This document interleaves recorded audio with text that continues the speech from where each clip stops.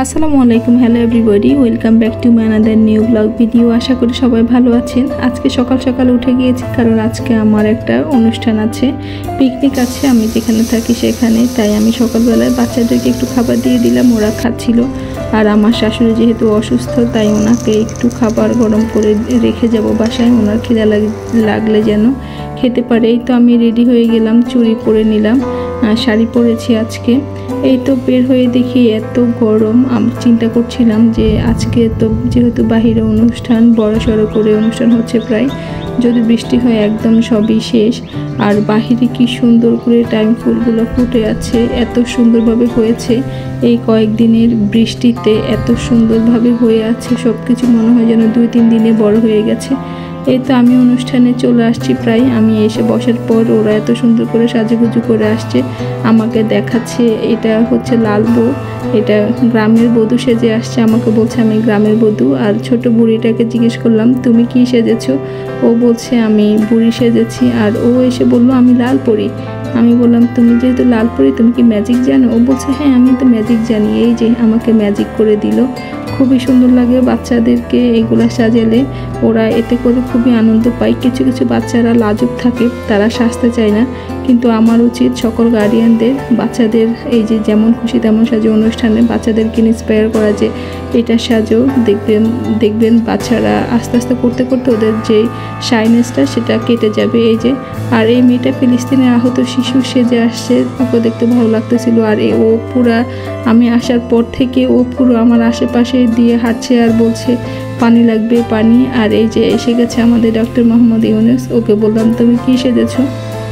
ও বলল, ও কিছুই বলছিল না, ও এত ছোট ছিল, একদম ছোট একটা বাচ্চা ছিল, যার কারণে ও কিছু বলতে পারছিল না, শুধু বলছিল ইউনুস ইউনুস। পরে আমি বললাম তোমার মাকে জিজ্ঞেস করে আসো তোমাকে কি সাজিয়েছে। পরে ও চলে গেল, আমি একটা চকলেট দিলাম, এরপর ও চকলেটটা নিয়ে চলে গেল। এই যে আরেকজন ক্রিকেটার, এ হচ্ছে মোবাইলে আসক্ত। সুন্দর করে সবাই সেজেছে, মোটামুটি যতগুলো বেবি ছিল ক্লাস 1 থেকে 5 পর্যন্ত যারা আছে সবাইকে বলেছিলাম যে যে যা ইচ্ছা সাজো। এই যে কি সুন্দর করে একজন একরকমভাবে সেজে আসছে, সবাইকে এত সুন্দর লাগছে সোনামণিগুলাকে। আর এই যে এই সব কিছু ধারণা কিন্তু আমাদের যে বাচ্চাদের বাবা মা আছে তাদের মাথা থেকে এসেছে। খুবই সুন্দর আইডিয়া ছিল আজকের অনুষ্ঠানের, এটাই ছিল মেন আকর্ষণ। এই যে ও বলছে আন্টি আমি খেলতে পারি, আমার খেলা দেখবে। আমি বলছি আচ্ছা খেলো তো দেখি। ও সুন্দর করে একদম একটু লজ্জা পাচ্ছিল না, নতুন মানুষ হিসেবে ও মোটামুটি এই যে একটু লজ্জা পাচ্ছে না, ও খেলছে, অভিনয় করে করে আমাকে দেখাচ্ছে যে আমি 6 মারতে পারি, 4 মারতে পারি। মোটামুটি ও মানে ভালোই খেলছিল দেখলাম, একদম ব্যাট যেভাবে হাঁকায় যে ক্রিকেটাররা। এই যে এরপর ওরা ঘুরে ঘুরে দেখাচ্ছে যে আমি এটা সেজেছি, পিছনেও আবার লিখে দিয়েছে, সামনেও লিখে দিয়েছে। এই যে সুন্দর করে 2টা পরি আসছে, মোবাইল আসক্ত ফিলিস্তিনি শিশু সেজেছে, একটা বুড়ি, আরেকটা হচ্ছে এই যে ডক্টর ইউনুস সেজেছে। এরপর মোটামুটি ওয়েদারটা ভালোই ছিল। আর হঠাৎ করে এত গরম পড়া শুরু করলো, মনে হয় যেন একদম পা পর্যন্ত আমার পুরো ঘাম বের হয়ে যাচ্ছে। আর এখানে ভাইরা বাঁশ দিয়ে উপরে ঝুড়িতে একটা, মনে হয় এখানে একটা ফুল রাখা ছিল, আমি অনেক দূর থেকে দেখতে পাচ্ছিলাম না, কিছু একটা রাখা ছিল ঝুড়িতে, খেলা ছিল এখানে কার আগে কে উঠে ঝুড়িটা নামাবে, শেষ পর্যন্ত পেরেছিল। এই তো এরপর ভাইরা, সিনিয়র যে ভাইরা আছে ওনাদের একটা বাস্কেটবল ছিল, এই যে বল মারছে, আর 2জন পেরেছে আর বাকিজন পারেনি।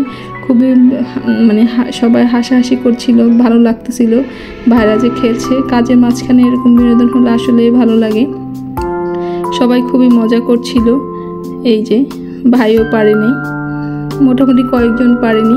এরপর আবার সবাই মোটামুটি 2জনের মতো পেরেছে আর কয়েকজন পারেনি।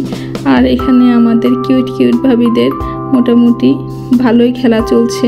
ভাবি পারে নাই, একটা মনে হয় পেরেছিল আর পারে নাই। অনেক ভাবি ছিল সিরিয়ালে, আমি এতগুলো ভিডিও করতে পারিনি।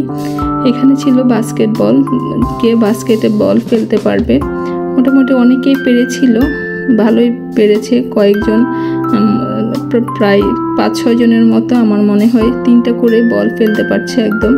এরপর যেহেতু ফার্স্ট সেকেন্ড থার্ড দিতে হবে, এরপর যারা 5-6 জন পেরেছিল ওদের আবার নতুন করে হয়েছে, এর মধ্যে অনেকভাবেই পারে নাই।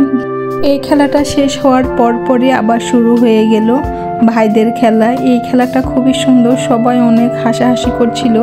এখানে যারা খেলেছিল সব সিনিয়র ভাই ছিল, ওনাদের খেলা ছিল হাঁড়ি ভাঙা। এই যে এই ভাই এত সুন্দর করে হাঁড়িটা ভাঙলো, চোখ কিন্তু একদম পুরোপুরি মোটা একটা গামছা দিয়ে বাঁধাই ছিল। ভাই পেরেছে মাশাল্লাহ। এরপর আরেক ভাইয়ের পালা, ভাই যাচ্ছে খুব স্ট্রং হয়ে যে ফাটাই ফেলবে আজকে, মনে হয় দেখেন কি করলো। ভালোই ছিল, সবাই অনেক হাসাহাসি করছিল যে ভাই পারে নাই, ছোট বাচ্চাগুলো চিৎকার দিচ্ছিল আঙ্কেল পারে নাই বলে।